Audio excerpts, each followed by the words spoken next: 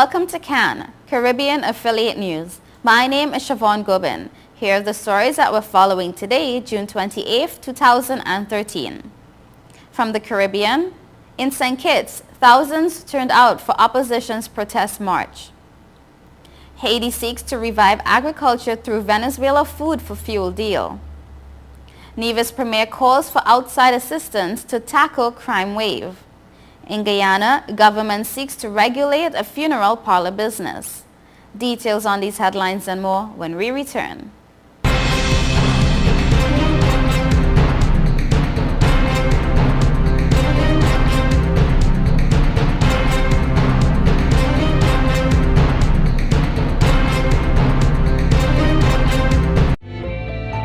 5 million customers use Leica Mobile for affordable international mobile calls, connecting over 2.5 million mobile calls daily, helping our customers stay in touch with their loved ones, whether they be in Asia, Africa, Europe, or the rest of the world. Every 5 seconds, a new Leica Mobile customer joins our growing family, helping you to make affordable international calls across the world. Leica Mobile. Call the world for less.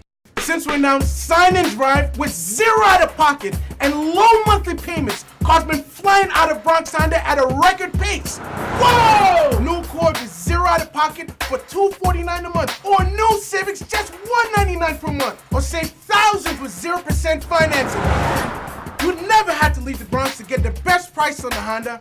Bronx Honda guarantees the lowest price in the Bronx. Bronx Honda, East Tremont Avenue. Visit BronxHonda.com.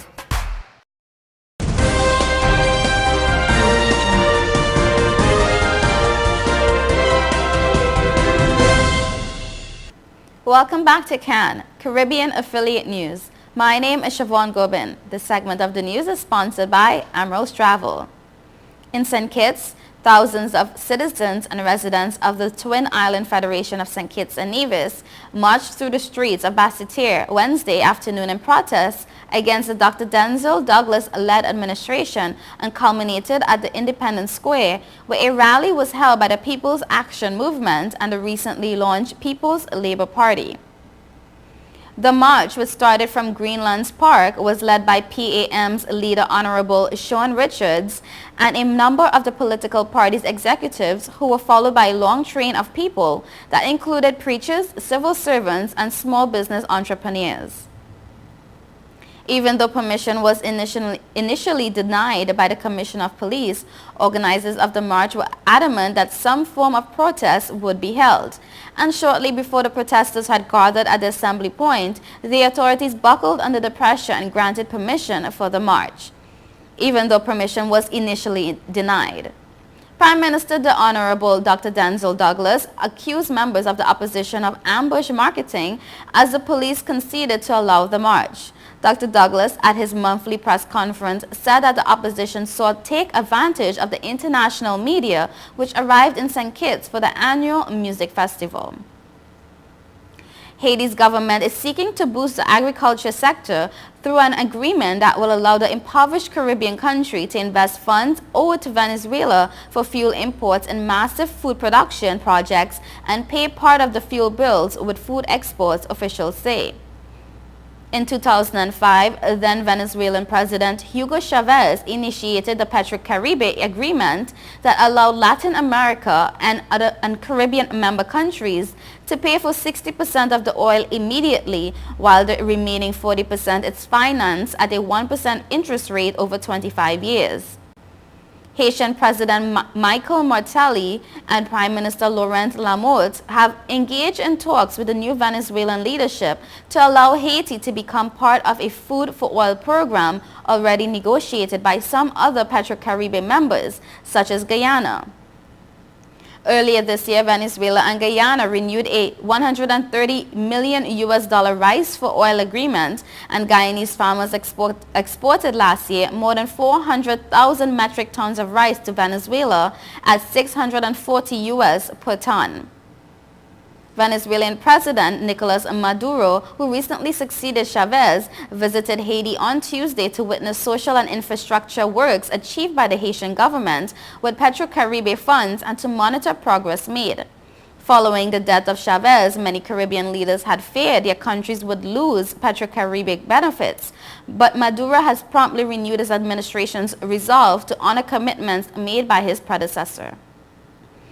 Maduro was visiting Haiti before flying to Nicaragua, where he and leaders of the Petrocaribe member countries will discuss ways and means to establish a Petrocaribe economic zone to foster economic development and integration in the region.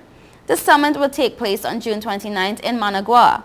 In 2012, countries that are part of Petrocaribe received more than 100,000 barrels of oil a day, according to figures released by Venezuelan officials. Nevis Premier Vance Omri has urged Prime Minister Dr. Denzel Douglas to seek outside help to tackle a crime wave that has already claimed 15 lives in the first 6 months of this year.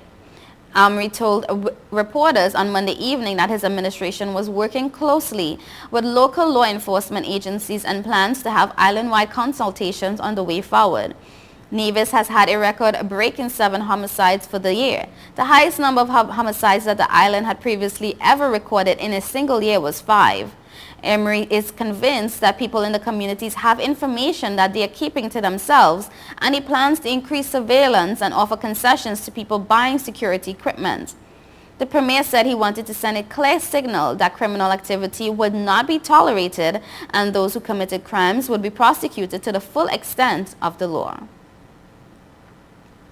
In Guyana, the Ministry of Health is now seeking to regulate the operations of the funeral parlor business in Guyana to weed out all unsavory practices, particularly touting, says Juanita Johnson, Secretary to the Central Board of Health. According to Johnson, the Public Health Ordinance of 1934 that governs funeral parlor business in Guyana does not detail the operations of that sector. It only requires funeral parlors to be registered with the Central Board of Health. However, the ministry is moving to have a regulated sector. She said that Wednesday's consultation with key players in the sector, including directors of funeral parlors, attendants, morticians, and supervisors, focus on adherence to a certain code of ethics, annual licensing of directors and employees, continuing education and occupational health and safety aspects of the job. And I quote, "In the proposed legislations, there shouldn't be any touting. We have to have them buy into this particular proposal." But she says, "I do not believe that anyone would continue to have touting because it is really ridiculous. This legislation would minimize touting and it would be an offense with punitive measures. Nobody would want to go against that." This is a work in progress to put in writing the checks and balances. Right now we have something that we are working with. All the funeral parlors were inspected and those are not where they are supposed to be. We have to work with them to get a particular standard, Johnson said. You are watching Caribbean Affiliate News. We will be right back.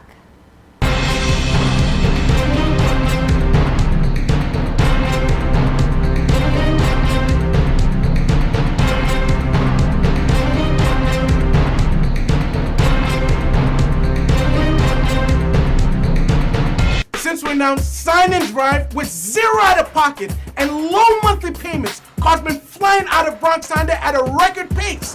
Whoa! New Accord with zero out of pocket for $249 a month, or new Civics just $199 per month, or save thousands with 0% financing. You never had to leave the Bronx to get the best price on the Honda. Bronx Honda guarantees the lowest price in the Bronx. Bronx Honda, East Tremont Avenue. Visit BronxHonda.com.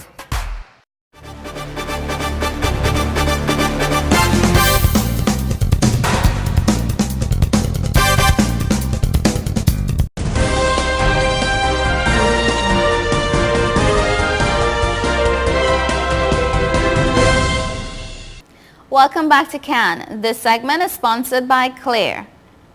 In the Dominican Republic, Prime Minister and Finance Minister Roosevelt Skerrit on Thursday held pre-budget consultations with trade unions and other private sector stakeholders ahead of the national budget presentation. He noted that his government has held discussions with all stakeholders regarding the budget, and they have also received written suggestions from members of the public as to what the government should consider in the 2013 to 2014 budget. He also indicated the importance for members of the public to advise the government on the source of financing when they make suggestions as to what should be included in the budget. He emphasized that a state raises funds through three means: taxation, loans, and grants. So if you say you're going to do a project costing $3 million, you have to be able to tell the people of Dominica how do you intend to finance the project. According to Mr. Skerritt, putting a budget together for small economies like Dominica's is always a challenge, and therefore the preparation of the budget is a very challenging and stressful one for him. Mr. Skerritt is expected to announce the date of the budget presentation sometime this week. However, he indicated that the presentation will take place in July. Tax Administration Jamaica has confirmed that there is a shortage of 2013 motor vehicle registration stickers, and this is affecting motorists seeking to register their vehicles up to the end of 2013. According to a release from the TAJ, it is aware that the shortage is being experienced at some of its offices across the island. And I quote, "This is due to an unusually high demand by motorists opting to register or license their vehicles for 6 months instead of for a year," the TAJ said, pointing out that it is making efforts to reallocate stickers to offices where stocks are running out. In the event that a tax office is completely out of stock of the 2013 stickers, it would only affect persons registering for 6 months. However, an alternate measure has been put in place to allow such persons to register their vehicle for 7 months on a pro-rated basis, the TAJ explained. The agency said it apologizes for the inconvenience to taxpayers licensing their motor vehicles during the month of June, as the situation is expected to ease in July with the new 6-month registrations running into January 2014, for which ample supplies of stickers are available. And I quote, "All efforts will be made to continually assess the situation and make adjustments while keeping the public duly informed," the agency said.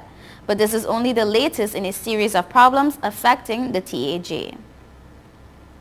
Sunrise Airways, a new startup airline based in Port-au-Prince, Haiti, plans to expand its route network in 2013, launching new services to Kingston, Jamaica, and the Turks and Caicos Islands, as first steps towards establishing a hub in Port-au-Prince to better serve air travel needs within the Western Caribbean. Sunrise currently serves domestic routes within Haiti, operating 19-seat Jetstream 32EP aircraft manufactured by the BAE Systems.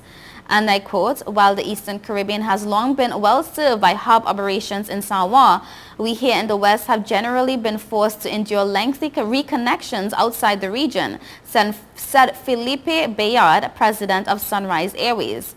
He says Sunrise Airways aims to change the old paradigm, creating enhanced and more efficient air service options for business and leisure travelers in our corner of the region, while also boosting business development and tourism prospects there in Haiti. In Trinidad and Tobago, a 32-year-old air guard from Malabar was arrested by police Wednesday night and is expected to appear in the Arima Magistrate Court on Thursday. Reports are that officers from the Malabar Police Post responded to a report of domestic violence. On arriving at the home of the air guard, they were greeted by his mother and sister, who reported that he was drunk and was physically abusing them. A police officer, in an attempt to speak to the air guard,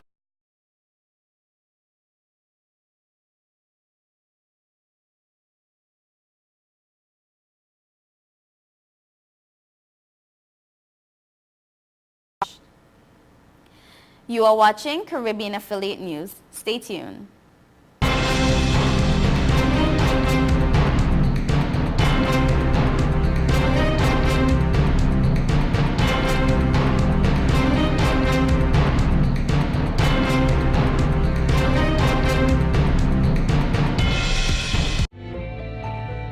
Million customers use Leica Mobile for affordable international mobile calls, connecting over 2.5 million mobile calls daily, helping our customers stay in touch with their loved ones, whether they be in Asia, Africa, Europe, or the rest of the world. Every 5 seconds, a new Leica Mobile customer joins our growing family, helping you to make affordable international calls across the world. Leica Mobile. Call the